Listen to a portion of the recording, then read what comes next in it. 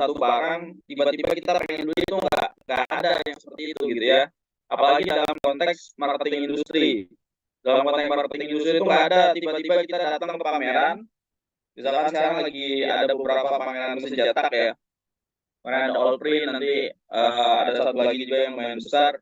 Nggak ada tuh orang sekaya apapun, dia punya perusahaan sebesar apapun gitu ya, tiba-tiba datang ke pameran mesin, tiba-tiba dia pengen beli gitu. Itu nggak ada. Walaupun dia perusahaan besar sekalipun gitu ya, itu nggak mungkin tuh tiba-tiba dia datang ke pameran lihat mesin lalu, oh saya beli ini satu gitu. Nggak ada yang seperti itu. Semua orang pasti ketika sebelum dia membeli satu barang atau memutuskan untuk memakai satu barang atau jasa, pasti melalui satu proses yang namanya perilaku konsumen. Ya, proses memikirkan, mempertimbangkan, gitu ya, membanding-bandingkan, menghitung harga dan sebagainya, sampai kemudian dia memutuskan untuk membeli satu barang atau jasa tersebut. Nah, perilaku konsumen inilah yang penting kita pelajari di dalam ilmu marketing. Gitu ya, kita harus tahu bagaimana perilaku konsumen kita sebelum dia membeli. Ya, ini beberapa teori ya. Perilaku konsumen adalah studi mengenai proses-proses yang terjadi saat individu atau kelompok menyeleksi, membeli, menggunakan, atau menghentikan pemakaian produk, jasa, ide, atau pengalaman dalam rangka memuaskan keinginan dan hasrat tertentu.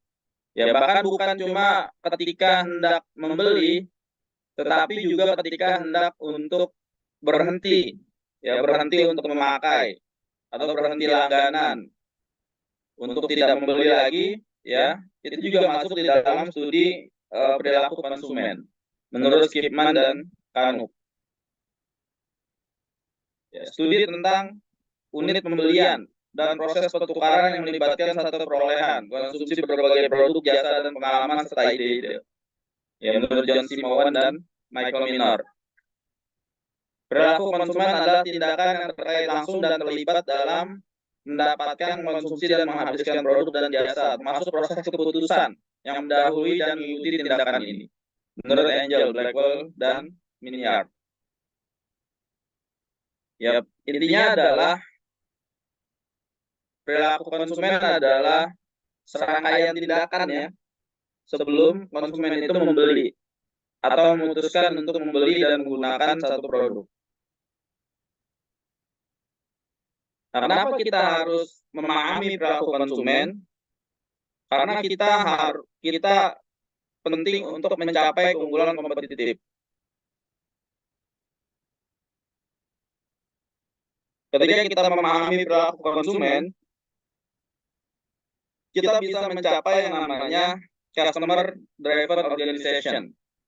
Jadi kita tahu nih perilaku konsumen apa yang kemudian mempengaruhi dia, mendrive dia untuk melakukan satu pembelian. Ya. Kata Craven, perusahaan yang gagal memahami kebutuhan, keinginan, selera, dan proses keputusan pembelian konsumen akan mengalami kegagalan dalam pemasaran yang pada gilirannya akan berimplikasi pada kegagalan kinerja perusahaan secara keseluruhan. Jadi perusahaan itu harus memahami tentang perilaku konsumennya. Kalau dia gagal memahami perilaku konsumennya, ya maka dia akan gagal dalam pemasarannya.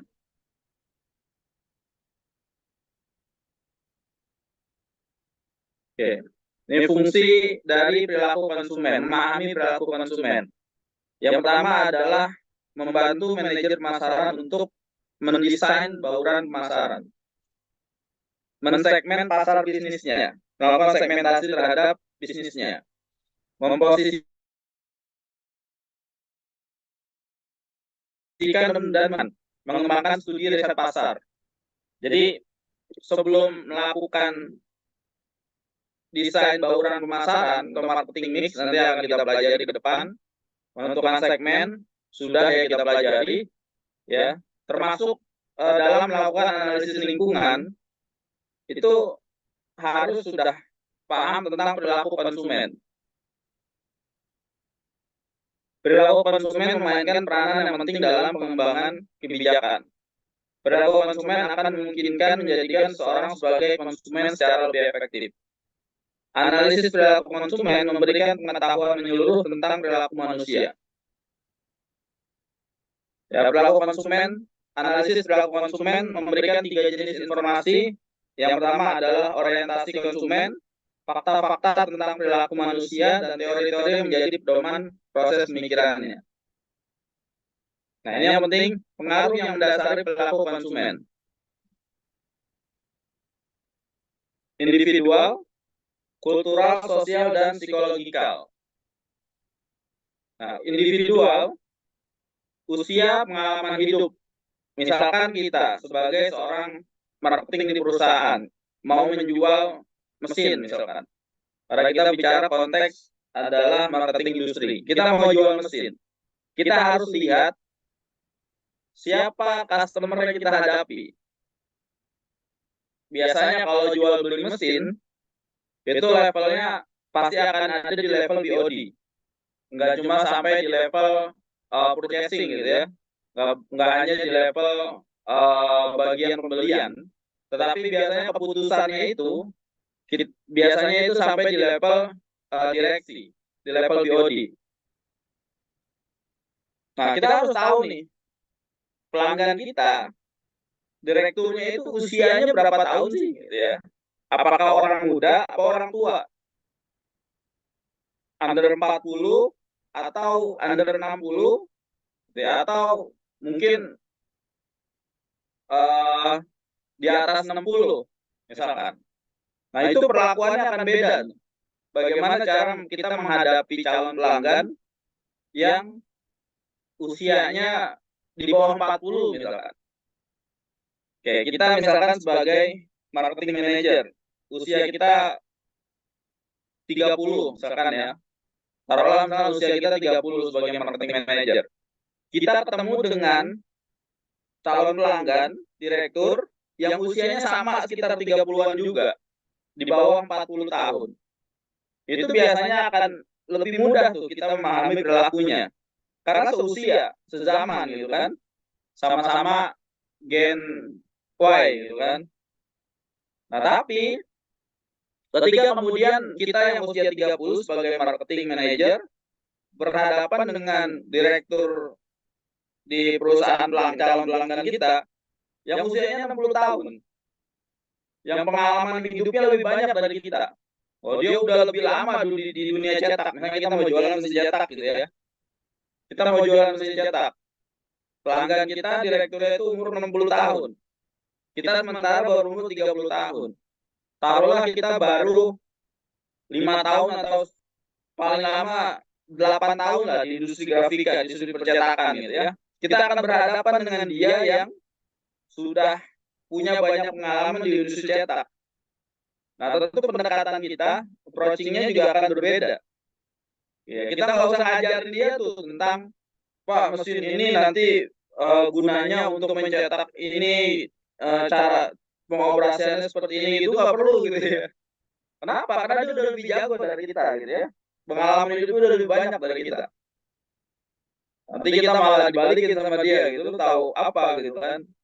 Belum belum lahir juga gue udah nyetak gitu kan. Kayak gitu. Nah, saya sering tuh ketemu customer yang seperti ini dulu. Ya, yang udah sepuh gitu ya. Yang udah sepuh tapi masih memegang keputusan strategis di perusahaan untuk masalah pembelian. Nah, pendekatan kita bukan lagi pendekatan, jangan lagi pendekatan tentang fitur produk. Gitu. Kalau fitur produk dan sebagainya tuh, fungsi produk, fitur produk tuh dia udah lebih paham daripada kita gitu ya. Pendekatan kita, ya pendekatannya adalah pendekatan antara orang tua dengan anak aja gitu ya. Jadi gaya bahasa kita, cara memanggil, cara kita menyapa gitu ya, itu harus disesuaikan tuh dengan usia dan pengalaman hidup calon pelanggan kita. Gitu ya. Pekerjaan dan kondisi ekonomi yang berikutnya. Ya, kita harus lihat nih, orang yang mengambil keputusan untuk membeli itu, kondisi ekonominya bagaimana gitu ya. Dia punya kemampuan untuk membeli produk kita atau enggak. Daya belinya sebesar apa? Kalau daya belinya ternyata nggak besar, ya kita nggak usah menawarkan produk yang nggak sesuai dengan daya belinya dia. Nggak usah susah payah untuk kita memprospek dia. Kita jualan mesin miliaran misalkan, tapi omsetnya dia mungkin nggak sampai angka miliaran dalam 1 tahun gitu ya. Ya nggak akan dibeli gitu sama dia, karena nggak sesuai dengan kebutuhan dari nggak sesuai dengan kebutuhan daya belinya dia. Selanjutnya kepribadian, konsep diri. Ini orangnya orang yang low profile kah, atau orang yang high profile gitu ya? Orangnya rada-rada sombong kah misalkan, gitu ya? Itu cara kita bicara dengan mereka akan berbeda. Jadi kita sebagai manajer marketing ketemu sama orang yang low profile misalkan, pasti akan lebih enak tuh kan kita jualannya. Tapi kalau ketemu dengan orang yang high profile, ya kita harus menyesuaikan tuh. Gitu. Ya sedikit-sedikit harus disanjung gitu ya. Sedikit-sedikit harus wah saya setuju Pak sama Bapak gitu kan. Wah saya setuju. Bapak bagus banget dan sebagainya gitu. Itu harus sering dipuji gitu. Wah bisnisnya sukses ya Pak dan sebagainya. Nah, bahasa-bahasa seperti itu yang harus dimunculkan tuh ketika berhadapan dengan orang yang rada-rada sombong gitu ya. High profile gitu kan. Maunya diakui dan sebagainya. Nah, tapi kalau ketemu dengan orang yang low profile, ya kita juga jangan sombong di depan dia gitu ya. Pasti dia akan merasa nggak nyaman. Gitu ya. Dia yang orang kaya gitu ya, owner tapi low profile gitu ya. Kita sebagai penjual ketemu dia, gaya kita sombong misalkan. Wah, itu pasti dia nggak akan suka sama kita. Itu nggak akan mau dia beli produk dari kita yang kalau dia menilai kita sombong gitu ya. Sebenarnya uang banyakkan dia daripada kita. Nah, kita harus tahu persis kepribadian dan konsep diri, gaya hidup, hobinya apa, gitu ya. Dia kalau pulang kantor biasanya kemana, kuliner kah, atau hangout, atau olahraga, sebagainya. Gaya hidupnya gaya hidup sehat atau gaya hidup yang nggak sehat, gitu ya. Ya gaya hidupnya sederhana atau yang glamor, nah, kita harus tahu tuh. Karena itu akan mempengaruhi bagaimana dia mengambil keputusan. Orang yang suka gaya hidup sederhana misalkan, kita tawarin produk yang mewah, dia akan berpikir, dia akan berat untuk mempertimbangkan untuk membelinya gitu ya. Sebaliknya orang yang gaya hidupnya mewah, ya kita tawarin barang yang murah, jadi akan berpikir barang sepadan nggak dengan gaya hidup dia. Nah, kita harus profiling dulu tuh. Ya, teman-teman di tim sales atau tim marketing itu harus profiling.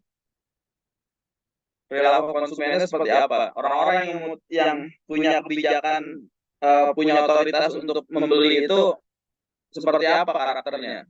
Nah, lihat dulu akun sosial medianya, gaya hidupnya dan sebagainya. Kemudian aspek kultural, sosial budaya.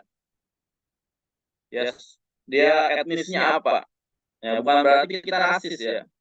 Tapi penting untuk mengetahui etnis seseorang. Apakah dia Indonesia gitu ya? Apa namanya pribumi? Apakah dia Chinese? Apakah dia ada keturunan Eropa dan sebagainya? Karena itu akan mempengaruhi itu cara pandang dia, cara dia untuk memutuskan sebuah kebijakan, cara dia memutuskan untuk beli atau enggak itu bergantung juga sama kebudayaannya, agamanya apa, rasnya, kelompoknya, dia orang tinggalnya di pegunungan apa tinggal di dataran rendah. Nah, itu kan beda. Satu pengalaman misalkan, saya pernah jualan mesin, udah deal gitu ya. belum dibayar tapi sudah bisa langsung dikirim gitu ya. Sudah deal, mesin dikirim tuh, mesin dikirim. Dia bilang tolong mesin dikirim hari Rabu sebelum jam 10 pagi. Nah, ternyata jalanan macet. Jalanan macet, akhirnya baru sampai sana jam 10 lewat. Jam 10 lewat, suruh pulang lagi, mesinnya nggak boleh turun. Mesinnya nggak boleh diturunin, padahal udah di depan pabriknya dia. Tapi karena telat cuma sekitar 15 sampai 20 menitan. Karena mesinnya telat, suruh balik lagi. Kenapa? Karena ketika dia membeli mesin, itu dia hitung-hitung tuh. Hitung-hitung tanggal baiknya, hitung-hitung jam baiknya gitu ya. Ada hitung-hitungan kalendernya. Dia mesin harus datang hari apa, Kliwon misalkan gitu ya, jam berapa. Karena kalau menurut dia kalau itu tidak tepat nanti nggak bagus buat bisnisnya. Ketika mesin datang terlambat suruh pulang lagi. Lalu kemudian dia minta waktu buat hitung lagi tuh. Dihitung ulang sama dia. Oh, nanti bisa mesin dikirim minggu depan, harinya hari Kamis. Jam sekian. Jam 8 pagi misalnya gitu ya. Nah, karena kita punya pengalaman sebelumnya terlambat, jangan sampai terlambat nih, kita duluin. Kita datang lebih awal. Kita datang lebih awal, mesin udah sampai di depan pabriknya dia, tetap nggak boleh diturunin. Kenapa? Karena jamnya belum masuk.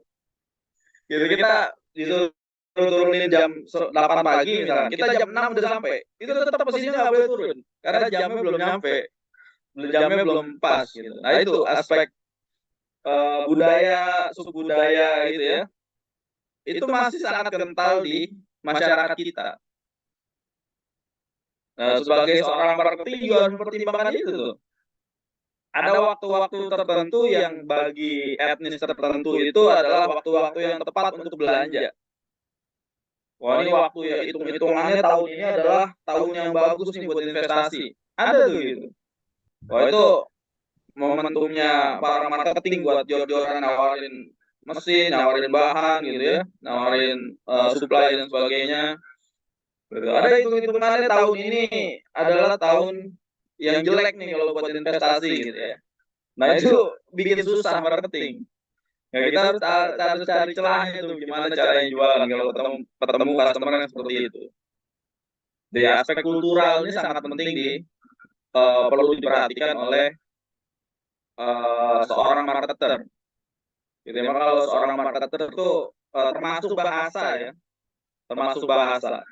Kalau teman-teman nanti kerja di bagian marketing, ya mau nggak mau teman-teman harus multi bahasa tuh, menguasai bahasa Sunda, bahasa Jawa, bahasa bahasa uh, Chinese gitu ya. Mungkin nanti ketemu customer-nya orang Korea, gitu. Mungkin nanti ketemu customer-nya orang Arab. Nah itu sedikit-sedikit harus paham tuh bahasa-bahasa mereka. Mereka akan lebih suka sama kita kalau kita bisa berbahasa dengan mereka dengan bahasa ibunya mereka. Jadi saya punya customer tuh orang Korea gitu ya, yang nggak bisa bahasa Indonesia. Gitu. Makanya kalau ngomong tuh dia pakai bahasa Inggris atau bahasa isyarat gitu. Tapi kemudian kita belajar dikit-dikit gitu kan, belajar dikit-dikit ya minimal satu kata dua kata kita menggunakan itu di depan dia dan dia senang sama kita. Gitu. Itu perilaku konsumen ya di aspek kultural harus dipelajari itu semuanya, budayanya, subudayanya. Nah, kalau ketemu orang Jawa harus bagaimana cara bicaranya, kalau ketemu orang Sunda cara bercandanya orang Sunda itu seperti apa gitu ya. Sunda itu kan singkatan ya, suka bercanda. Kalau teman-teman ketemu customer ternyata ownernya atau direkturnya orang Sunda ya siapin aja bercanda-bercandaan gitu. Nah, siapin kalimat-kalimat yang bikin dia ketawa gitu ya. Kemudian aspek sosial ya. aspek sosial, kelompoknya, afiliasinya, keluarganya, status dan perannya, apakah dia tokoh penting, pejabat, apakah dia eh, apa namanya ada jabatan politik dan sebagainya. Nah, itu harus dipertimbangkan tuh, gitu. Ya misalkan sekarang tahun politik 2024 gitu ya, teman-teman mau jualan mesin. Ya jualan mesin ternyata ownernya dari partai merah gitu ya. Wah, temen, ya lo jualan jangan pakai baju warna biru gitu kan. Jangan pakai baju biru, nanti dia merasa wah ini kayaknya salesnya dari afiliasinya beda nih partainya gitu ya. Harus pandai-pandai menempatkan diri juga gitu ya. Kalau ownernya dari merah ya pakai baju merah gitu kan biar dia senang gitu kan. Walaupun sebenarnya kita nggak merah gitu kan. Kita harus tahu statusnya. Siapa dia gitu ya. Apakah dia orang yang dihormati gitu ya, tokoh agama misalkan, apakah dia tokoh pejabat publik, tokoh politik dan sebagainya. Nah, kemudian dari aspek psikologi ya, motivasi, persepsi, pembelajaran informasi ya, dari aspek psikologi ini dia tipe orang yang apa sih motivasinya, apakah dia orang yang tipenya suka nyari ya, suka ngejar ketenaran misalkan, ada yang workaholic misalkan gitu ya, apakah orang yang karakternya haus akan informasi gitu ya, haus akan ilmu gitu. Ada juga saya ketemu sama pernah ketemu sama customer yang udah senior gitu ya, udah cukup tua, tapi karakternya itu pengen belajar. Ya, psikologinya tuh dia selalu ingin tahu sesuatu yang baru. Wah, itu ketemu sama saya klop banget tuh gitu kan. Wah, saya kasih tahu Pak ini teknologi terbaru seperti ini gitu dan sebagainya. Wah, dia sangat antusias. Karena memang karakternya adalah karakter yang suka belajar, yang suka update informasi. Gitu. Ada juga ketemu orang yang masa bodoh gitu. Orang yang bodoh amat mau teknologi baru kayak gitu ya, yang penting mesinnya bisa jalan gitu, bisa dapat duit gitu. Motivasinya cuma materi doang, motivasinya cuma buat nyari duit doang. Ya udah, kita bicara Pak, kalau Bapak pasang mesin ini Bapak dapat balik modalnya sekian bulan. Bapak invest mesin ini 3 miliar, dalam waktu 6 bulan Bapak bisa balik modal, dalam waktu 1 tahun Bapak udah dapat 10 miliar misalkan. Nah, itu kalau ketemu orang-orang yang motivasinya cuan gitu ya, motivasinya duit, bicaranya udah soal duit aja. Gitu. Nah, harus kita pandai-pandai untuk melihat siapa konsumen kita. Ya, dari aspek personal, ya individual, kultural, sosial dan psikologikalnya. Oke. Jenis perilaku konsumen. Nah, ini ada dua ya. Ada konsumen yang rasional, ada konsumen yang irasional. Konsumen yang rasional dari asas kebutuhan dan keinginan, dia akan memilih produk yang sesuai dengan kebutuhan dan keinginannya. Ya dia nggak butuh, dia nggak pengen, dia nggak akan beli. Itulah contoh customer yang rasional. Kebanyakan customer pasti membeli produk yang butuh dan sesuai dengan keinginannya. Tapi ada juga customer yang irasional. Dia nggak butuh, dia nggak pengen gitu ya. Tapi karena iklan promosinya menarik dia beli. Nah ini contoh customer yang nggak ngelihat kebutuhan dan nggak ngelihat keinginan gitu ya. Iklan yang menarik, promosinya bagus di media, dia langsung beli. Ya, yang penting dia nyaman gitu ya, dia ngelihat iklannya bagus dia beli. Kemudian dari asas manfaat, usability, kegunaan. Ya, orang rasional pasti akan mikir beli barang yang manfaat bagi dia. Dia akan, kalau ada 2 barang, 3 barang yang bermanfaat, dia akan pilih yang paling optimal manfaatnya, yang paling bermanfaat. Misalkan HP bisa nelpon, bisa WhatsApp, bisa foto, ya kan? Lalu fotonya, kalau ada HP bisa nelpon, bisa WhatsApp misalnya, tapi nggak bisa foto atau fotonya jelek, dia pasti akan pilih yang HP yang bisa nelpon, bisa WhatsApp, dan bisa foto. Ya kalau ada manfaatnya lebih banyak, dia akan pilih yang manfaatnya lebih banyak. Nah, kalau customer lagi rasional, ya, dia akan pilih produk berdasarkan mereknya atau brandnya, nggak peduli dengan asas manfaatnya. Mau nggak bermanfaat sekalipun, gitu ya, dia tetap beli. Yang penting dia pakai merek tersebut. Ya, saya pernah ketemu customer tuh bawanya eh MacBook Pro, gitu ya. Dia bawa MacBook Pro. Tiba-tiba dia panggil saya. Kenapa? Dia nanya, MacBook saya kok nggak bisa klik kanan ya? Nah, ternyata dia beli beli MacBook ya karena dia lihat kalau orang-orang level dia gitu ya, orang-orang level dia tuh pakainya MacBook, makanya Apple gitu ya.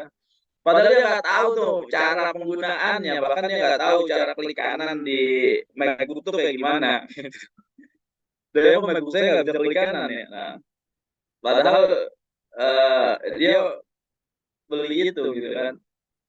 Dan orang-orang yang irasional, dia beli bukan karena manfaatnya, tapi dia beli karena brandnya. Kemudian dari asas quality, ya. Orang-orang yang rasional akan membeli produk yang kualitasnya bagus, awet, tahan lama, kuat gitu ya, bahannya berkualitas. Tapi orang-orang irasional dia akan memilih karena gengsi atau karena prestisnya. Ya nggak apa-apa lah beli bahan barang ini gitu ya.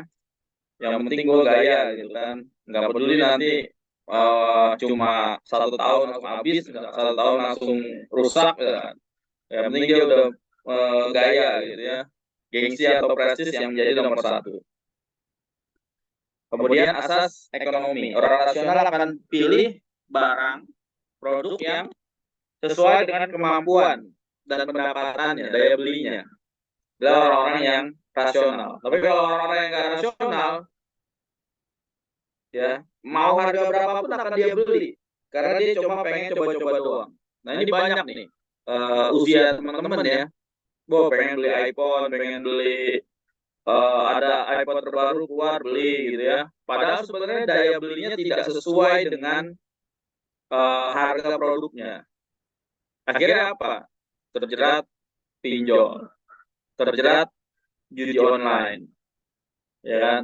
Karena pengen kelihatan keren, pengen kelihatan kaya gitu ya. Tapi tidak sesuai dengan kemampuan ekonominya gitu. Akhirnya ada barang mahal maksa-maksa buat beli. Walaupun hasil pinjol, walaupun hasil judi online misalkan gitu ya. Nah ini semoga nggak ada di kelas ini gitu ya. Nah kalau orang yang rasional, ya dia mampu beli ya beli. Kalau dia nggak mampu beli, ya dia nggak akan beli. Dia tabung dulu uangnya sampai dia mampu untuk beli. Kemudian asas kenyamanan, compatibility. Ya. Konsumen akan memilih produk sesuai dengan kenyamanan lingkungan penjualnya. Nah kalau yang irasional, meskipun lingkungan penjualnya nggak nyaman, dia tetap beli. Nah, contohnya gimana? Mungkin teman-teman pernah nonton atau pernah lihat gitu ya. Ada tempat makan yang sebenarnya nggak nyaman, ya tempatnya sempit, panas gitu kan, yang beli ngantri, bejubel gitu ya. Tapi karena viral, karena terkenal gitu ya, wah kalau makan di situ, wah ngantri dan sebagainya gitu ya, viral, wah ikutan tuh ngantri. Padahal tempatnya itu nggak nyaman gitu ya, harus ngantri, harus berdesak-desakan gitu ya. Pas sudah dapat produknya pun ternyata nggak sesuai dengan ekspektasi gitu ya. Tapi ya customer-customer yang irasional itu akan berlomba-lomba untuk situ gitu ya, karena dia FOMO ya, takut ketinggalan. Wah ini lagi viral nih makan bakso di sini gitu ya, sampai ngantri panjang gitu ya. Tapi karena dia takut dia nggak kebagian momen gitu ya, bikin konten ya, budak konten gitu ya. Demi konten dia rela panas-panasan ngantri di tempat itu gitu kan.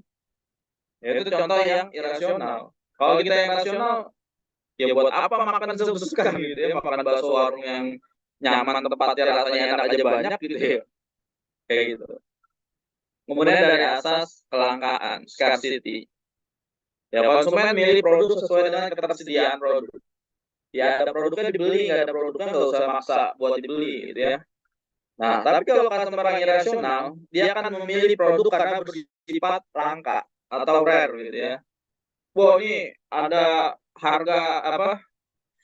eh kartu nih, kartu gambar BTS. Wah, ini cuma ada satu di dunia nih, misalkan gitu ya. Wah, itu mau dijual berapa juta pun itu di dibeli itu, gitu ya. Kayak kemarin belum lama yang McD kerjasama ya sama BTS ya, yang bikin serba ungu tuh, kotak makannya dan sebagainya gitu ya. Wah, itu ada tuh yang jualan kotaknya, bekas-bekas itu dijualin lagi tuh, karena itu langka, sesuatu yang jadi collectible item. Dia beli bukan karena manfaatnya, bukan karena kualitasnya, tapi karena sifat scarcity-nya, kelangkaannya. Hanya satu di dunia misalkan, ya. Atau hanya diproduksi terbatas, cuma 5 unit. Wah, itu orang yang irasional, dia pasti akan menggebu-gebu tuh pengen beli. Wah, ini cuma ada satu-satunya di dunia nih, kayak gue harus punya gitu ya. Nah, orang-orang yang irasional akan seperti itu. Nah, kadang ini juga digunakan juga di dalam marketing industri gitu ya. Misalkan ada mesin baru gitu ya. Eh kita ke customer tuh, customer yang memang kaya misalkan gitu, daya belinya tinggi. Kita bilang, Pak, saya punya mesin baru nih, Pak. Baru satu di dunia ini masih terbatas produksinya. Kalau Bapak beli ini, Bapak jadi orang pertama, perusahaan Bapak jadi perusahaan pertama di Indonesia yang punya mesin ini. Itu kalau customer yang irasional, panasan gitu ya, itu dia pasti beli. Gitu. Saya pernah juga kayak gitu ngalamin tuh, waktu zamannya perubahan dari eranya digital print A3 plus ke B2 plus gitu ya. Itu kita bisa masukin 2 unit mesin B2 plus. Padahal di Indonesia tuh belum ada orang yang nyetak digital ukurannya B2 plus. Ya bilang ke pelanggannya gitu, Pak, kalau Bapak beli mesin ini, deal beli mesin ini, Bapak akan jadi perusahaan pertama, Pak, yang punya mesin cetak digital ukuran B2 plus di Indonesia. Nah, itu contoh memanfaatkan aspek asas scarcity. Oh, ini cuma dua nih, gitu ya. Di Indonesia cuma satu-satunya nih Bapak yang masuk nih. Bahkan di Asia Tenggara belum ada lagi yang beli gitu ya. Kalau dibeli itu gitu. Karena dia pengen jadi yang satu-satunya. Itulah manusia gitu ya. Ada gengsi, ada ya rasa ingin dipuji dan sebagainya gitu ya. Ya padahal nggak ngaruh juga dia mau beli hari ini dia jadi satu-satunya, ya paling beberapa bulan lagi juga udah banyak juga yang pakai gitu ya. Ya sering kan teman-teman lihat kalau ada launching produk baru, wah itu sampai uh, rela tuh ngantri berhari-hari gitu ya buat beli iPhone terbaru. Ya, baru dirilis aja udah langsung sold out gitu kan. Mau ada tiket konser misalkan, wah langsung war rebutan tiket konser. Nah itu memanfaatkan asas scarcity. Di dalam ilmu marketing nanti ada yang namanya trik scarcity. Kan sering ya teman-teman dengar, beli sekarang, Senin harga naik. Nah itu kalau orang jualan properti kayak gitu, itu asas scarcity itu yang dimainkan. Manusia secara naluriah itu dia ingin memiliki sesuatu yang langka, sesuatu yang rare, yang cuma dia pengen cuma dia yang punya gitu ya. Oh, dia akan merasa rugi kalau sampai nggak dapat. Beli hari ini Senin harga naik gitu ya. Padahal Senin harganya segitu-gitu juga gitu ya. Nah, diskon 30% cuma hari ini. Padahal minggu depan juga kayak gitu lagi nanti. Diskonnya cuma hari itu aja gitu ya. Nah, karena kita jadi target marketnya target marketing yang seperti itu gitu ya. Aspek asas scarcity.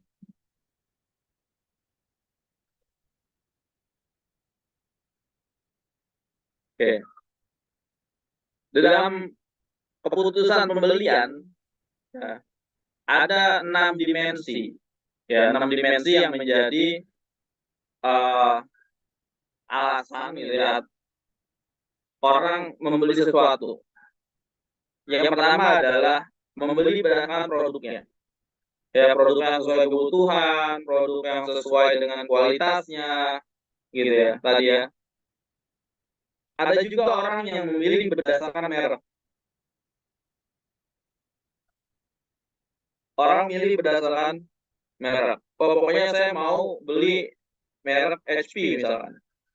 Karena saya udah edik tuh dengan merek HP. Atau teman-teman yang biasa pakai Apple misalkan. Oh, saya nggak mau beli Android gitu ya. Karena saya ini adalah seorang Apple mania, gitu. Seorang Apple Mac addict. Saya maunya semua produk yang saya pakai teknologi adalah Apple. Dari mulai laptop, HP, sampai earphone semuanya harus Apple gitu ya. Nah, itu orang yang masuk irasional tadi ya, memilih berdasarkan merek. Kemudian yang ketiga adalah dimensi penjualnya atau distributornya. Ya, orang memutuskan pembelian karena melihat siapa yang jual. Dia merasa puas dengan penjual tersebut gitu ya. Mau barang apapun yang dijual sama dia, dia pasti beli. Nah, ini yang paling enak kalau udah seperti itu. Nah, banyak di dunia grafika itu sempit ya. Dunia cetak itu sempit sebetulnya. Banyak juga sales itu yang pindah-pindah tuh. Hari ini dijualan mesin A, tiba-tiba 1 tahun kemudian dia jualan mesin B, jualan mesin C gitu ya.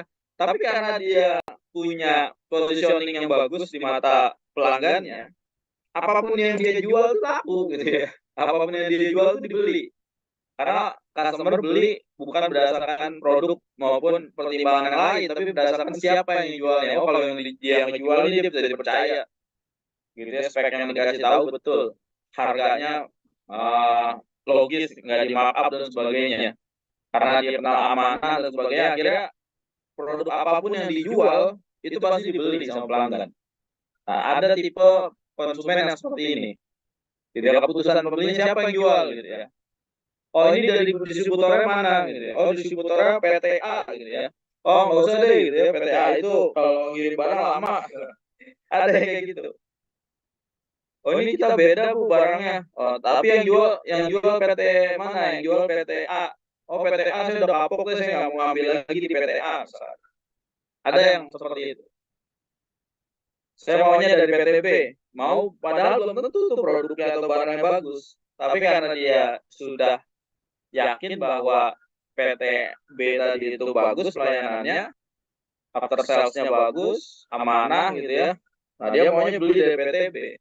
Walaupun bisa jadi barangnya sama persis sama yang dijual sama PTA. Yang keempat adalah pilihan berdasarkan waktu pembelian. Ya, ini tadi ya, saya udah singgung sedikit. Ada waktu-waktu tertentu itu yang menjadi golden time orang untuk melakukan pembelian.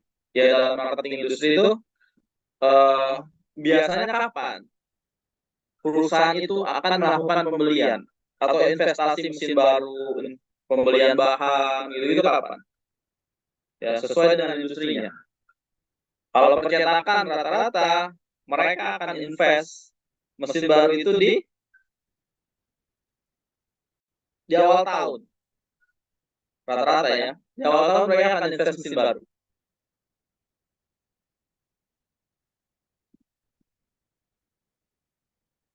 Kapan percetakan biasanya akan beli bahan? Dia biasanya akan beli bahan menjelang akhir tahun. Karena akhir tahun itu peak season tuh. Oktober, November, Desember itu peak season. Cetakan tuh akan banyak tuh. Situ ada liburan tahun baru gitu ya. Ada annual report dan sebagainya. Peak season itu biasanya di akhir tahun. Dia akan beli bahan sebelum akhir tahun. Nah, nanti setelah selesai akhir tahun, itu orderan akan turun. Nah, ketika orderan produksi ini turun, itu biasanya akan dia gunakan untuk invest mesin baru, training karyawan, gitu ya.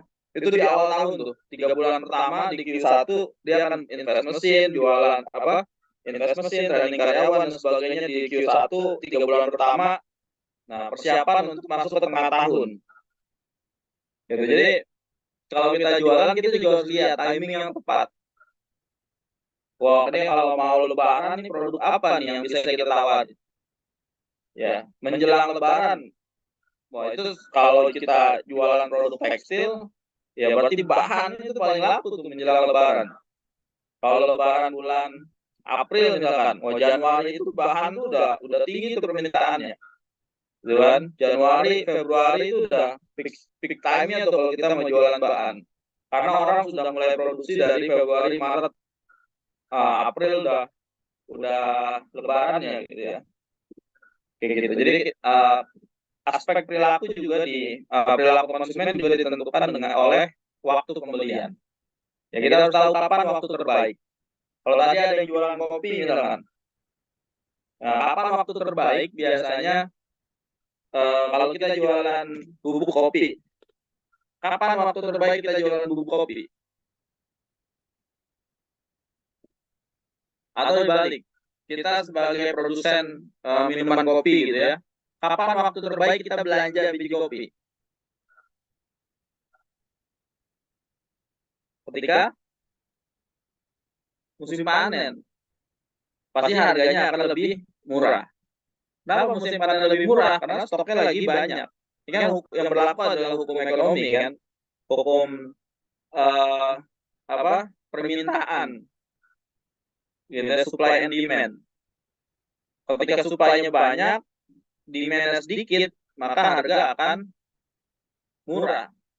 Kebalikannya, kalau demand-nya banyak, supply-nya sedikit, harga akan mahal. Nah, kalau lagi musim panen, biji kopi banyak, ya harga biasanya akan turun. Kemudian perilaku konsumen berdasarkan jumlah pembelian. Nah, biasanya perusahaan-perusahaan juga dia mempertimbangkan jumlah pembelian. Ya, banyak atau sedikit gitu ya. Misalkan dalam satu periode tertentu misalkan untuk 1 tahun produksi ya, dia butuh 10 ton misalkan bahan baku. Nah, 10 ton bahan baku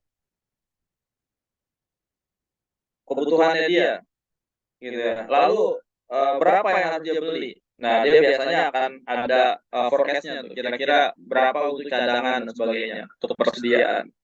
Nah, itu ada alasan berdasarkan jumlah pembelian gitu ya. Kalau ternyata 10 ton itu sudah terpenuhi, ya dia udah nggak beli lagi gitu ya. Karena apa? Karena udah nggak ada alasan lagi untuk beli. Toh udah jumlahnya udah terpenuhi gitu. Ya, misalkan tadi menjelang lebaran dia butuh produksi baju, dia butuh bahan baku yang banyak. Nah, dia akan cari itu suppliernya. Gitu. Tapi ketika selesai lebaran, ya permintaannya menurun, otomatis dia nggak butuh beli bahan baku yang banyak lagi. Nah, kemudian yang keenam adalah pilihan berdasarkan metode pembayaran. Ya, konsumen juga biasanya akan memilih tuh mana yang bisa dicicil, misalkan tempo gitu ya, mana yang bisa kredit, mana yang harus bayar cash. Ya, misalkan dia beli ke supplier misalkan. Nah, ada supplier yang mewajibkan harus bayar cash di depan. Ada supplier yang bisa DP 50%. Oh, bisa tempo 3 bulan. Oh, bisa dikredit misalkan. Gitu ya. Pasti dia akan pilih metode pembayaran yang paling ringan buat bisnisnya dia. Oh, ternyata dia lagi banyak pengeluaran nih. Gitu kan. Oh, dia nggak bisa ngeluarin cash. Karena cashnya lagi diputer sama dia untuk invest yang lain. Gitu kan. Oh, bisa nggak dia beli bahan, tapi bayarnya cicil misalkan. Nah, metode-metode pembayaran ini yang akan dipertimbangkan oleh pembeli. Ya kan? Makanya sekarang kan kalau kita lihat ya di marketing konsumen juga gitu ya, kita lihat kita main ke warung kopi misalkan, ke kopi shop gitu ya. Oh, itu ada bisa bayar pakai GoPay misalkan, bisa bayar pakai QRIS, bisa bayar cash gitu kan, bisa pakai bayar pakai Shopee Pay dan sebagainya gitu ya.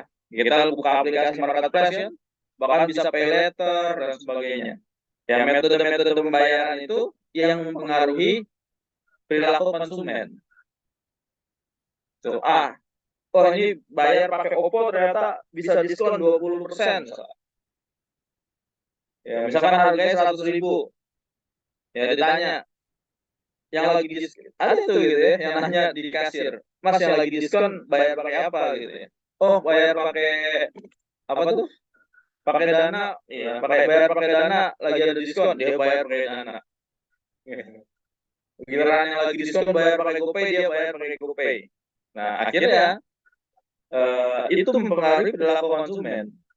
Gitu ya. Oh, di sini nggak ada yang diskon, harus bayar cash gitu kan. Nggak jadi pindah toko gitu kan. Oh, kita cari toko yang bisa bayar diskon aja gitu. Nah, itu adalah contoh perilaku konsumen berdasarkan metode pembayaran. Oke. Memahami perilaku konsumen. Ya. Yang pertama penting untuk dipahami adalah piramida Maslow. Ya. Piramida Maslow ini adalah teori hierarki kebutuhan. Abraham Maslow menjelaskan bahwa manusia harus memenuhi kebutuhannya yang paling dasar terlebih dahulu sebelum naik ke tingkat yang lebih tinggi. Kebutuhan dasar manusia itu apa? Kebutuhan fisiologi. Ya, kebutuhan fisiologi manusia. Ya, kebutuhan fisiologi ini apa aja? Ya, sandang, pangan, papan, itu adalah kebutuhan fisiologi itu. Nah, kalau kita dengar istilah kebutuhan primer gitu ya. Setelah terpenuhi sandang, pangan, papannya apa? Safety needs, kebutuhan akan keamanan. Ya, dia transaksi dengan kita bisa memberikan rasa aman atau enggak. Misalkan dia beli barang dari kita, ini barangnya aman atau enggak, pembayarannya aman atau enggak. Nah, itu akan muncul di pertanyaan dia tuh. Nah, kenapa? Karena secara naluriah memang manusia itu butuh ada kebutuhan akan keamanan. Kemudian social needs, ya kebutuhan untuk memiliki dan kasih sayang. Ya dalam konteks marketing, ketika kita berjualan sama dia, terbangun nggak komunikasi sosial yang baik dengan dia? Dia nyaman nggak berkomunikasi dengan kita? Gitu. Kita sebagai penjual tuh bisa jadi sahabatnya dia atau enggak gitu ya. Kalau kita jualan tapi kita nggak ramah misalkan, nah kebutuhan sosial itu nggak terpenuhi itu. Kemudian kebutuhan penghargaan, esteemness, ya. Dia merasa dihargai nggak ketika bertransaksi dengan kita? Ketika berjual beli dengan kita, dia merasa dihargai nggak? Disanjung gitu ya, terima kasih Pak, gitu ya, semoga bisnisnya makin lancar gitu dan sebagainya. Itu bahasa-bahasa yang bertujuan untuk memberikan penghargaan terhadap mitra bisnis kita. Wah, dikasih the best partner misalkan. Biasanya gitu tuh, perusahaan-perusahaan marketing biasanya setiap tahun dia akan ngasih award. Ya, the best partner, ya. The best apa gitu ya. Buat pelanggannya dia gitu ya. Itu walaupun cuma dikasih plakat gitu ya, dikasih ya ada seremoni sederhana gitu ya, dikasih plakat itu pelanggan itu seneng banget. Kenapa? Karena kebutuhan akan penghargaannya dia itu terpenuhi. Ya biasanya perusahaan itu akan berlomba kan, di ruangan direktur itu dipajang untuk penghargaan. Wah pernah jadi the best apa, the best apa, the best apa. Kalau kita lihat yang ngasih siapa? Yang ngasih itu biasanya suppliernya. Yang ngasih itu biasanya ya mitra-mitra suppliernya gitu ya. Ya, sebenarnya mitra-mitranya itu ngasih penghargaan itu supaya apa? Supaya pelanggannya itu terikat sama dia. Kalau dulu saya masih jualan mesin HP itu ada Best Print Awards. Yang dapat award itu adalah pelanggan-pelanggan yang belanjanya paling tinggi gitu. Yang beli mesin paling banyak, yang beli supply paling banyak itu dapat award gitu ya. Kalau yang kecil-kecil nggak dapat award. Ya, biar senang aja dikasih award. Kemudian self actualization, kebutuhan akan aktualisasi dirinya dia. Ya, makanya biasanya itu kalau di marketing industri ya, wah dipikirin komunitas ini, komunitas itu gitu ya. Dia customer-customer yang prospek tadi yang bagus, yang belanjanya banyak-banyak tadi dijadiin pembicara gitu ya. Jadi narasumber sharing tentang kesuksesan bisnisnya dia, dikasih panggung gitu ya. Ya sebenarnya ya itu trik marketing juga gitu ya. Orang-orang yang dikasih jadi narasumber itu ya biasanya orang-orang yang memang pelanggan yang punya kontribusi besar gitu ya. Dia akan senang tuh dikasih panggung karena kan butuh penghargaan tadi kan, butuh penghargaan dan butuh aktualisasi diri. Kalau teman-teman datang misalnya ke pameran All Print kemarin ya, wah itu yang jadi narasumber, pembicara dan sebagainya gitu ya. Nah itu rata-rata adalah ya pebisnis yang eh, ya sebenarnya disupport oleh suppliernya gitu ya, didorong oleh supplier dikasih panggung gitu kan. Supaya bicara wah bisnisnya sukses dan sebagainya karena pakai produk A, karena pakai produk B. Ya sebenarnya itu kan endorse gitu kan secara langsung. Jadi simbiosis mutualisme, di satu sisi aktualisasi dirinya terpenuhi, di satu sisi mengendorse dari suppliernya gitu.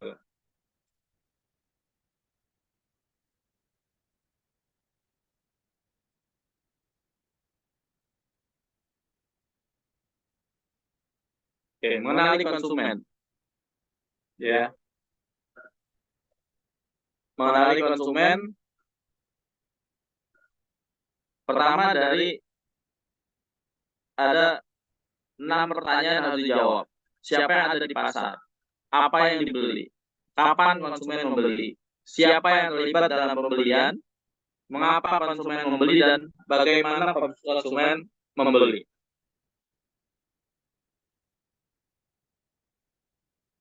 Ya ini ya. Ini harus dijawab nih ketika kita ingin memasarkan sesuatu. Konsumen kita siapa sih? Kemudian apa yang biasanya dibeli sama dia? Terus kapan belinya? Siapa yang terlibat dalam pembelian? Apakah konsumen secara langsung? Apakah ada orang lain yang memutuskan pembelian? Ya kalau di marketing konsumen yang memutuskan beli kan dia langsung, gitu kan? Atau mungkin orang terdekatnya dia. Tapi kalau dalam marketing industri yang memutuskan pembelian biasanya ada satu organisasi khusus ya dalam perusahaan. Biasanya tim bagian purchasing, bagian pembelian. Bagian pembelian ini apakah memutuskan sendiri? Kalau dia itemnya besar, investasinya besar, biasanya keputusan membeli itu bukan di bagian purchasing, tapi ada di BOD, ada di direksi, biasanya, gitu ya. Maka kita harus tahu, siapa kalau kita jualan produk A, siapa yang memutuskan untuk membeli produk kita. Kita jualan mesin misalkan, kita jualan mesin, harganya 1 miliar. Yang memutuskan itu pasti bukan staff, gitu ya. Pasti bukan staff purchasing, bukan. Atau bahkan bukan manajer purchasing. Kalau kita jualan mesin nominalnya 1 miliar, pasti yang memutuskan itu adalah direksi. Maka orang yang harus kita dekati adalah direksinya. Ya, target market kita bukan si staffnya, tapi direksinya. Lain cerita kalau kita jualan ATK, kita jualan kertas, jualan pulpen, misalkan gitu ya, barang habis pakai kantor. Yang kita dekati siapa? Staf purchasing-nya. Karena dia yang memutuskan untuk belinya tuh. Beli kertas HVS berapa rim, beli pulpen dalam sebulan berapa, gitu ya. Staf purchasing-nya yang kita dekati. Karena target yang memutuskan pembelian adalah dia. Target marketnya adalah staf purchasing. Tapi kalau barang mahal, ya miliaran, yang memutuskan bukan staf. Pasti yang memutuskan adalah BOD, yang memutuskan direksi. Atau mungkin bisa jadi memutuskan owner langsung. Nah, jadi jangan sampai salah kita jualan, tapi salah. Kita jualan barang mahal yang kita dapetin staff purchasing terus gitu ya, yang kita lobby, yang kita entertain gitu ya. Staff purchasing yang nggak berpengaruh karena dia nggak memutuskan untuk membeli. Gitu. bagaimana membelinya? Apakah beli langsung? Apakah belinya melalui proses gitu kan? Kemarin kan kita udah bahas di awal tuh. Kalau dalam marketing industri, proses pembelian itu rumit, nggak sederhana.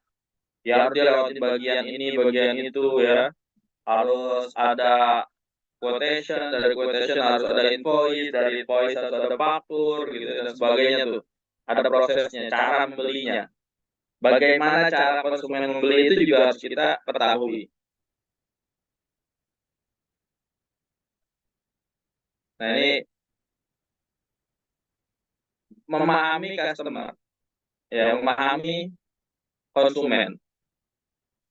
Nah, ini materi di value proposition ya dalam bisnis model Canvas. Kalau nanti belajar kewirausahaan, sama saya juga belajar ini. Ya, di dalam value proposition itu kalau kita bagi ada 3 jenis ya. Profil customer kita itu bisa kita bagi menjadi 3 jenis. Pertama adalah masalah atau problem, pains-nya, lukanya gitu ya, penyakitnya. Apa sih problemnya customer kita? Problemnya konsumen kita itu apa? Itu kita list. Lalu kita sebagai penyedia barang atau jasa, kita menjadi pain reliever bagi dia. Sebagai tukang obat buat dia gitu ya. Nah, produk, barang, jasa yang kita tawarkan itu harus bisa menyelesaikan masalah konsumen. Itu namanya kita sebagai pain relief ya. Sebagai pain relievers. Masalahnya konsumen apa, kita sediakan obatnya sesuai dengan masalahnya konsumen. Lalu ada juga konsumen yang dia nggak punya masalah, gitu ya, bisnisnya baik-baik aja. Ya, tapi bisnisnya itu banyak banget, pekerjaannya itu banyak banget. Nah, kita tawarkan produk atau jasa yang bisa memudahkan pekerjaan dari pelanggan kita. Misalnya kita tawarin, Pak, dengan software ini nanti Bapak bisa melakukan efisiensi pekerjaan sekian persen. Bapak bisa menghemat sekian persen. Pekerjaan yang biasanya diselesaikan dalam waktu 1 minggu oleh karyawan Bapak dengan bantuan software ini nanti bisa selesai dalam waktu 3 hari. Jadi nggak ada masalah selama ini, pekerjaan bisa berjalan gitu ya, nggak ada masalah, keuangan lancar dan sebagainya. Tapi item pekerjaan yang sangat banyak gitu ya, itu harus dibantu untuk menyederhanakan pekerjaan tersebut sehingga lebih efektif. Nah, customer jobs ini kita harus hadir untuk menawarkan produk dan servis. Kemudian yang berikutnya adalah guides. Nah, ini semuanya kebutuhan pelanggan itu pasti ingin berkembang. Ya. Dalam konteks marketing industri ya, semua industri itu pasti pengen berkembang. Nah, yang kita tawarkan adalah guide creators. Ya, sesuatu yang bisa bantu customer itu berkembang. Ya, kalau tadi produk dan servis ini adalah membantu customer untuk menyelesaikan pekerjaannya dengan lebih cepat gitu ya, dengan lebih efektif. Nah, guide creators ini adalah bagaimana kita menawarkan produk dan jasa yang bisa membantu customer berkembang. Berkembang produknya, berkembang pemasukannya gitu ya, income-nya. Wah, Bapak sekarang penghasilannya omsetnya berapa? 1 miliar per bulan misalkan. Wah, kalau Bapak pakai mesin kita, omsetnya bisa jadi 2 miliar per bulan. Nah, itu namanya menawarkan guidance creator. Nah, kita harus paham tuh, konsumen kita yang mana nih? Konsumen yang lagi sakit, konsumen yang lagi banyak kerjaan, atau konsumen yang lagi pengen berkembang. Nanti perilakunya akan beda. Kalau kita ketemu customer yang lagi sakit, customer yang lagi banyak masalah, gitu, Pak, beli mesin saya, Pak. Mesin saya nanti bisa Bapak jadi untung 2 miliar sebulan. Jangan kan mikirin untung, sekarang aja dia mau belum bangkrut aja udah syukur gitu ya. Dia lagi susah gitu kan. Lalu disuruh beli mesin. lagi disuruh beli mesin miliaran gitu ya, invest lagi. Nah, lagi banyak penyakit, banyak masalah, tawarkan solusi masalahnya. Jangan disuruh investasi. Disuruh investasi mesin ya dia akan pot-potan gitu ya, bisa tutup perusahaannya. Ketemu customer yang lagi bangkrut, ketemu customer yang lagi berkembang, baru tuh kita tawarin. Bapak kan sekarang bisnisnya udah bagus, udah dapat omset 1 miliar per bulan gitu ya. Nah, kalau Bapak invest lagi dengan mesin ini, Bapak bisa berkembang omsetnya 2 kali lipat. Oh, dia pasti akan semangat tuh. Orang kondisi keuangan lagi stabil gitu ya. Kondisi keuangan lagi bagus, tawarin pengembangan. Jangan kebalik. Gitu. Jadi kita harus memahami profil customer kita. Customer yang lagi sakit kah? Customer yang lagi banyak kerjaan atau customer yang lagi berkembang? Oke.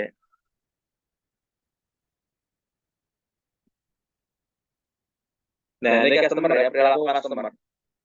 Dia pasti perlu pengakuan. Ya, masalahnya dia apa?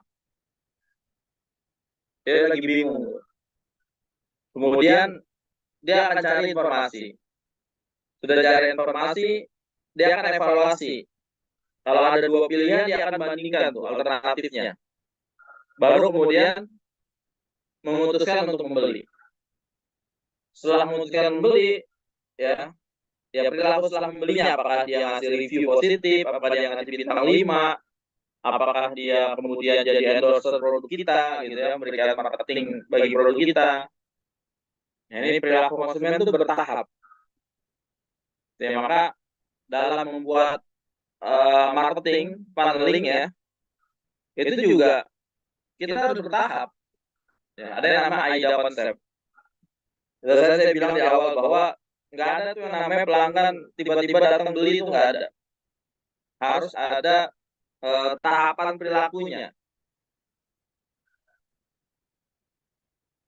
Pertama dari awareness, ya. Dia aware, peduli, atau bahasa sederhananya ya ngeh gitu ya, tahu tentang produk kita. Dia tahu nih produk kita.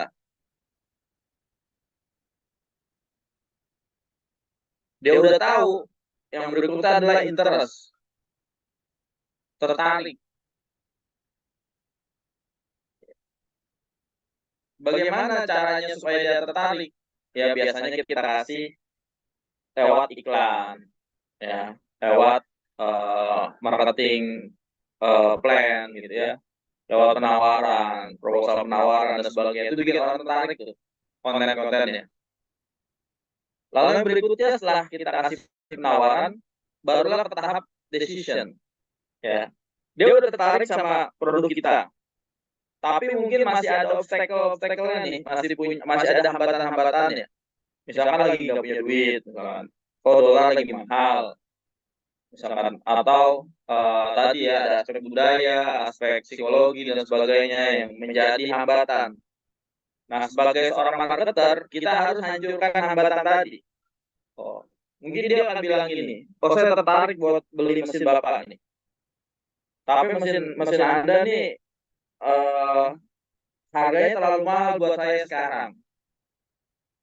Gitu. Lalu apa yang bisa kita lakukan? Oh, kalau begitu Bapak bisa bayar DP-nya aja dulu, Pak. Sekarang Bapak punya uang berapa? Kita hitungkan Bapak bisa bayar DP-nya aja dulu sesuai dengan kemampuan finansial perusahaan Bapak sekarang.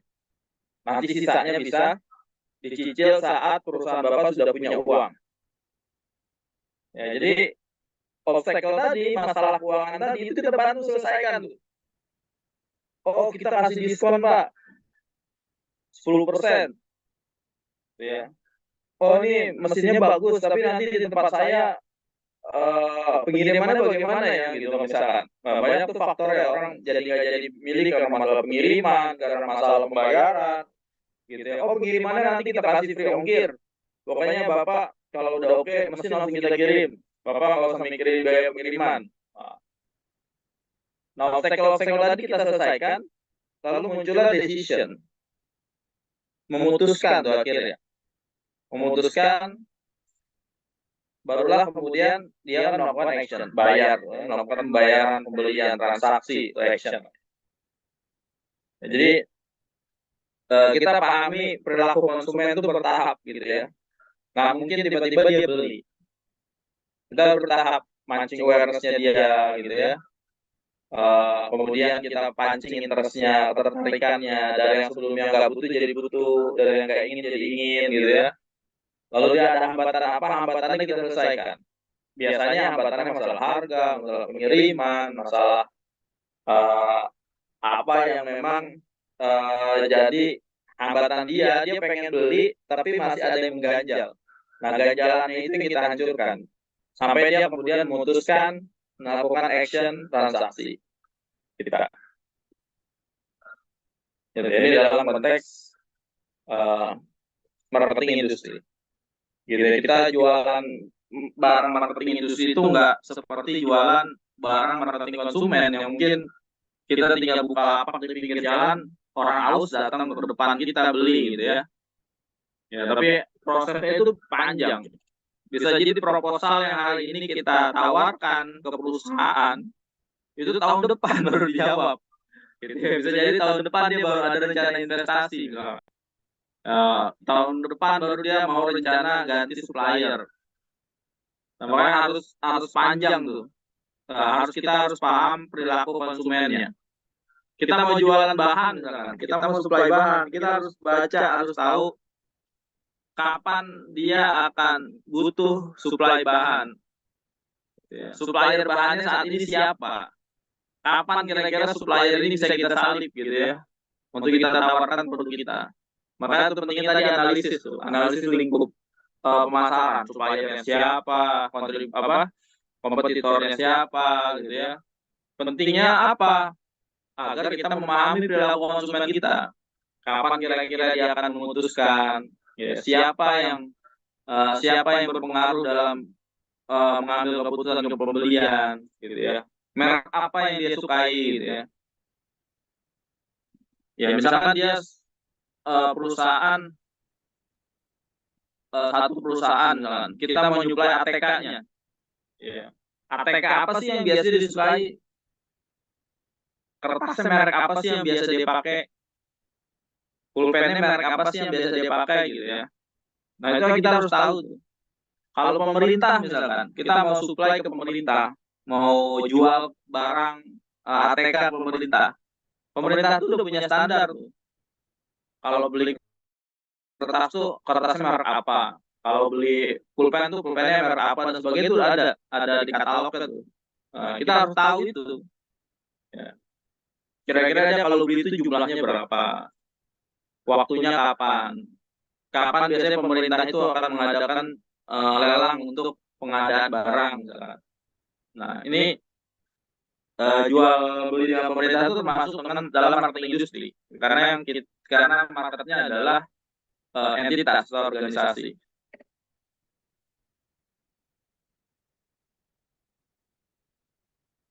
Ya.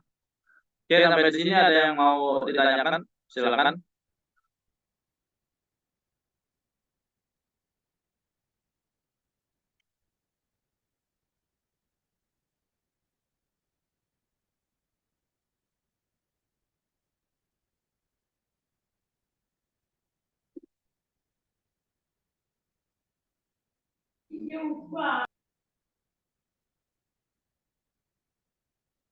Jelas, Pak.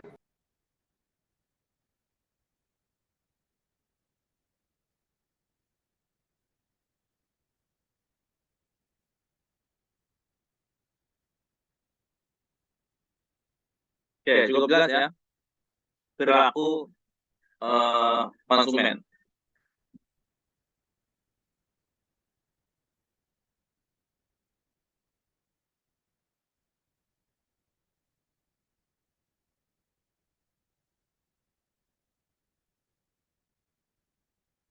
Oke. Kalau cukup jelas, di presentasi tugas teman-teman ditambahkan mengenai profil konsumennya. Ya. profil konsumennya ditambahkan siapa yang beli, siapa yang ada di pasar, kemudian apa yang dibeli, kapan konsumen membeli, siapa yang terlibat dalam pembelian, mengapa konsumen membeli, dan bagaimana cara konsumen membeli. Silakan dianalisa. Misalkan tadi minuman kopi, misalkan. Minuman kopi siapa yang membeli, misalkan. Kalau minuman kopi sebenarnya personal ya jualannya ya. Kopi lah, biji kopi misalkan. Biji kopi, siapa yang beli? Yang beli adalah penggilingan kopi, misalkan. Apa yang dibeli? Biji kopi yang sudah dipilah, misalkan. Kapan belinya? Ya, waktu-waktu kapan biasanya customer itu membeli biji kopi ke petani kopi? Siapa yang terlibat dalam pembelian? Apakah owner langsung, apakah bagian produksi gitu ya? Lalu kenapa dia beli? Karena dia butuh bahan baku, misalkan. Bagaimana cara membelinya? Misalkan membeli secara langsung datang ke tempat atau membeli via online, misalkan. Membeli langsung dengan pembayaran tunai atau membeli dengan cara dicicil, misalkan. Nah, teman-teman lakukan analisa itu, gitu ya, terhadap produknya masing-masing. Misalkan produknya apa lagi tadi? Produknya kain, misalkan. Ya. Bagaimana biasanya konsumen kain itu membeli?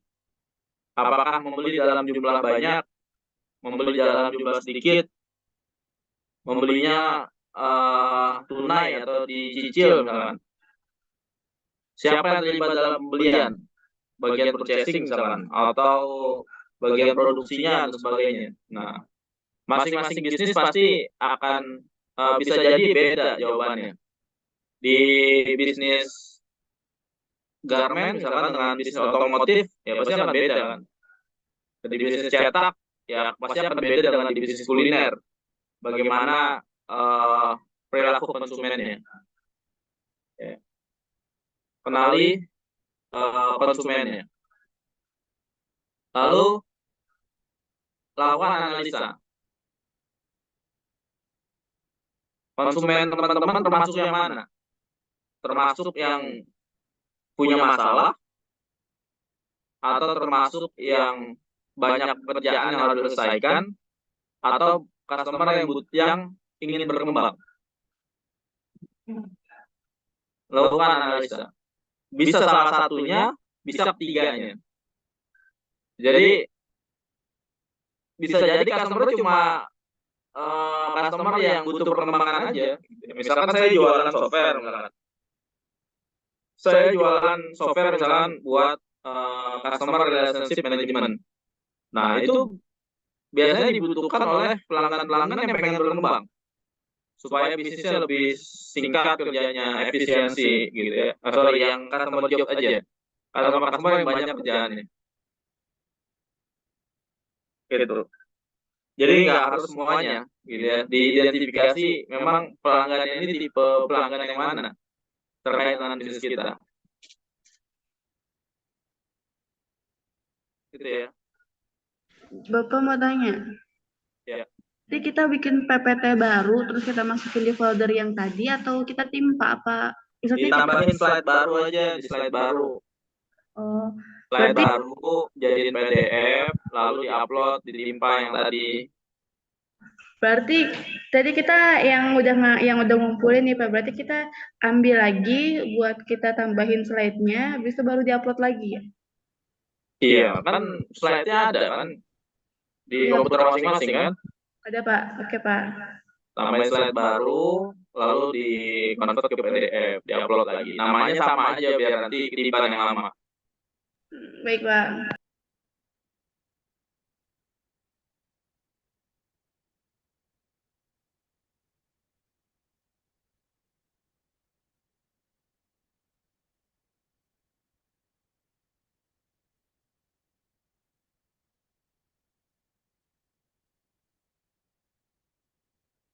Oke, ada pertanyaan? tambah 2 slide itu aja berarti ya. Mengenali konsumen dan customer profile. Ya, customer profile seperti apa? Customer yang butuh solusi, atau customer yang butuh pengembangan, atau customer yang butuh bantuan. Nah, silakan diidentifikasi misalkan bahwa customer saya banyak masalah misalkan gitu ya, sehingga dia butuh mesin-mesin baru karena mesin-mesin yang lama sering down gitu ya. Nah, berarti customer profile dari bisnis saya adalah customer yang memiliki kendala dengan mesin produksinya, sehingga harus digantikan dengan mesin produksi yang baru yang perusahaan kami tawarkan misalkan. Kayak gitu, misalkan bahasanya, contoh bahasanya seperti itu. Atau guys, ya, customer saat ini sudah stabil, ya, tetapi masih bisa ditingkatkan, sehingga kami menawarkan untuk menggunakan bahan-bahan dari kami, karena bahan-bahan kami lebih murah, gitu ya. Bahan-bahan kami berkualitas, sehingga bisa meningkatkan omset dari customer kami, seperti itu. Oke, bisa dipahami? Ya, jadi sekali lagi, analisa itu berdasarkan bisnisnya masing-masing. Jangan teman-teman bikin teori di situ gitu ya. Jelasin teori nggak usah. Tapi analisa dari bisnisnya masing-masing. Oke, kalau sudah, deadline-nya kapan?